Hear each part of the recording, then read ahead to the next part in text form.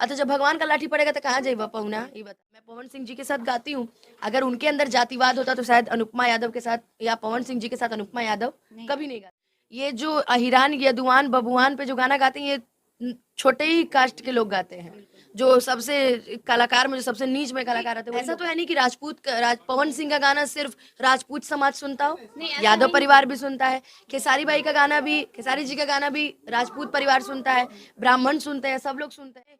कोई यादव का ठेका लेके बैठा है तो कोई राजपूत का ठेका लेके बैठा है।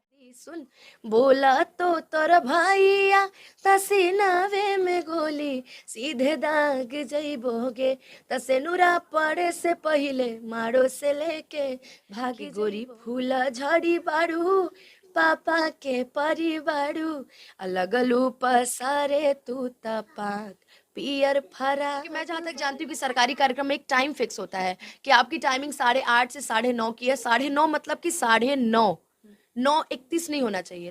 कभी कभी आपको इस चीज का भी सामना करना पड़ता है कि जातिवाद को लेकर, क्योंकि भोजपुरी को जातिवाद बना दिया गया, हालांकि ये था नहीं, लेकिन अभी के कुछ चंद कलाकार हैं जो पूरे भोजपुरी को जातिवाद में बांट दिए। कभी कभी आप पर भी तंज कसा जाता है जातिवाद को लेकर, तो वैसे लोगों से आपका क्या कहना मुझे होगा? तो लोग कहते हैं कि मैं यादव हूँ ही नहीं। मतलब बहुत अगर सारे, मैं हाँ। यादव हूँ तो मैं सिर्फ यादव यादव गाऊं, मैं अगर राजपूत तो सिर्फ राजपूत। ये क्या है यार, ये सब सबसे ज्यादा दिक्कत इसमें हम मंच के कलाकारों को होती है। जबकि हम लोग राजपूत की बारात में जाते तो लोग कहेंगे कि सिर्फ पवन सिंह जी का गाना होगा, यादव में जाते तो खाली खेसारी लग। क्यों यार, हम जिसके साथ हम गाए वो गाना तो हम गाएंगे ना। भोजपुरी को बांटने का अधिकार किसने दिया इन लोगों को? ये दो चार को चूतिए हैं, उससे ज्यादा कोई नहीं है। वो जो अपने में ही करते हैं, अपने ही सब करते हैं, ठीक है। बाकी बड़े स्टार्स को फर्क नहीं पड़ता है। अच्छा कभी आप दिखा दीजिए कि कोई ज्यादा गाता हो कि हम बबुआन हैं, हम अहिरान है, कभी दिखा दीजिए। हाँ, इक्का दुक्का गाना छोड़ करके। ये जो अहिरान यदुआन बबुआन पे जो गाना गाते हैं, ये छोटे ही कास्ट के लोग गाते हैं, जो सबसे कलाकार में जो सबसे नीच में कलाकार रहते हैं वही लोग गाते हैं। क्योंकि ऐसा तो है नहीं कि पवन सिंह का गाना सिर्फ राजपूत समाज सुनता हो, यादव परिवार भी सुनता है। खेसारी जी का गाना भी राजपूत परिवार सुनता है, ब्राह्मण सुनते हैं, सब लोग सुनते हैं। तो ऐसा नहीं है कि उसको बांटा गया। लेकिन ये जो लोग है ना बीच में, कोई यादव का ठेका लेके बैठा है तो कोई राजपूत का ठेका लेके बैठा है, तो इसमें हम लोग क्या किए ना, हम लोग की आदत हो गई है। हम लोग सिर्फ अपना काम करते हैं, फोकस करते हैं। हाँ, मैं पवन सिंह जी के साथ गाती हूँ, अगर उनके अंदर जातिवाद होता तो शायद अनुपमा यादव के साथ या पवन सिंह जी के साथ अनुपमा यादव कभी नहीं गाती, फिर वो सिंह ही गाती जो गाती।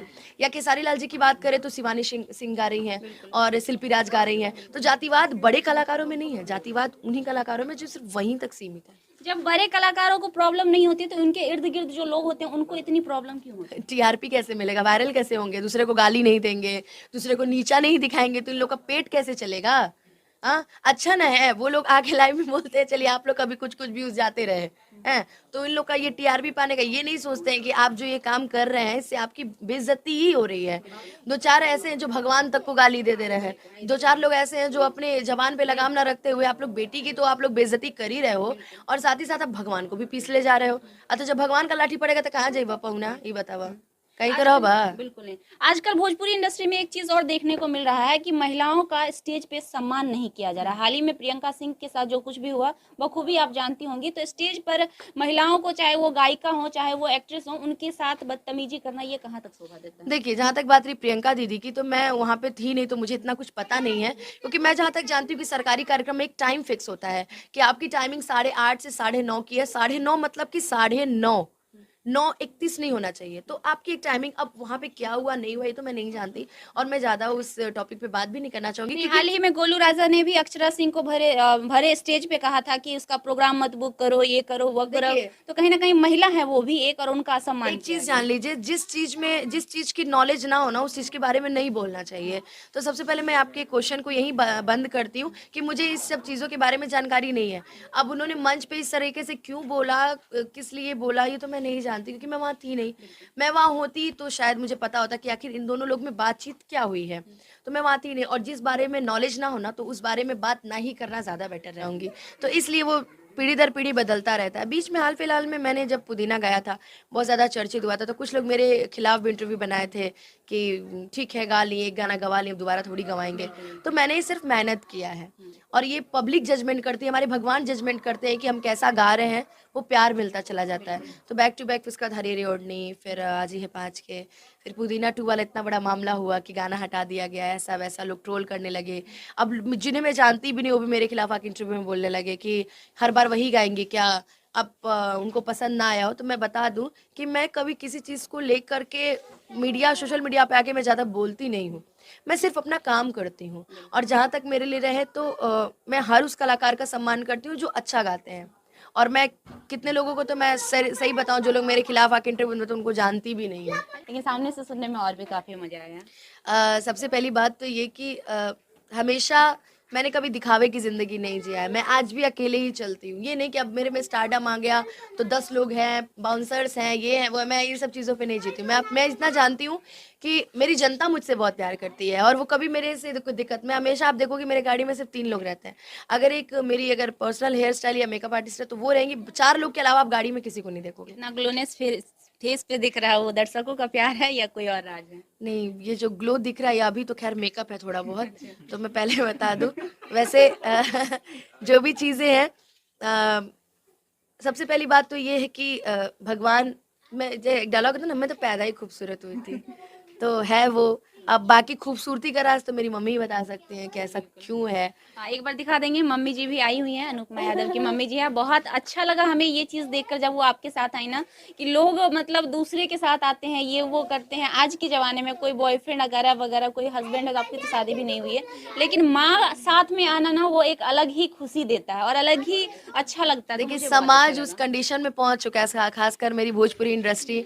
अभी जब से ये हाल फिलहाल में जो कांड अभी एक एक्ट्रेस के साथ हुआ है, तब से मम्मी अगर घर जाती, क्योंकि मम्मी मेरी प्रिंसिपल है, बिना इनकी साइन के कोई काम नहीं होता है, तो ये गोरखपुर जाएंगी तो फिर मेरे पापा आ जाएंगे, पापा जाएंगे तो फिर मम्मी आ जाएंगी। मतलब मुझे अकेले नहीं रहने देना है। हमेशा लोग साथ में रहते हैं, पटना में ही रहते हैं, और हम लोग हमेशा साथ में रहते हैं। छोटा भाई एडमिशन भी हो चुका है, तो जब परिवार साथ रहता है ना, तो हम लोग रात भी रात आते हैं। कभी कोई मम्मी चली जाती है गोरखपुर तो हम लोग को पूरा घर खाली लगने लगता है। तो हम लोग खुद चाहते हैं, इतनी भीड़ भाड़ से ज़िंदगी से अब इतना मन उब गया है ना, हम लोग खुद चाहते हैं कि परिवार के साथ थोड़ा सा टाइम स्पेंड करें। आज मेरा बस शो नहीं है, कल से मेरा फिर कंटिन्यू शो स्टार्ट है। अच्छा अनुपमा जी, पहले तो सिर्फ स्टेज स्टार के नाम से आप जानी जाती थी। पिछले कुछ महीनों से, कुछ लगभग 1 साल से मान लो, जब से पुदीना आया है, उसके बाद से लगातार ट्रेंडिंग गाने जो भी आ रहे हैं उसमें आपका रोल रह रहा है और आप भी गा रही हैं, और कहीं ना कहीं स्टेज से एल्बम स्टार बनती जा रही हैं। कैसा लग रहा है अब? ये सब मेरी जनता का प्यार है, जो लोग मुझे इतना मानते हैं, परिवार का आशीर्वाद है। इसलिए भी क्योंकि देखिए एक प्लेटफॉर्म पे आप हमेशा काम, ठीक है आप काम कर रहे हो अच्छा है, लेकिन उससे थोड़ी सी चेंजिंग भी मांगती है। तो एल्बम मंच करते करते एल्बम में आई हूँ, एल्बम करते करते मूवी में जरूर जाऊँ, चलिए, तो दोनों सिंगिंग चीज। का बात करते हैं, एक प्यारा सा सॉन्ग हो जाए दर्शकों के लिए। अभी अभी जो हाल फिलहाल में वेद इंटरटेनमेंट से आया है, वो मैं सुना देती हूँ। अ, बड़ा अच्छा गाना है कि सुन बोला तो तर भाई आता सीनावे में गोली, सीधे दाग जइबोगे, तसे नूरा पड़े से पहिले मारो से लेके भाग जइबोगे। ये पहला ऐसा गाना आया है जो मगही में गाया है।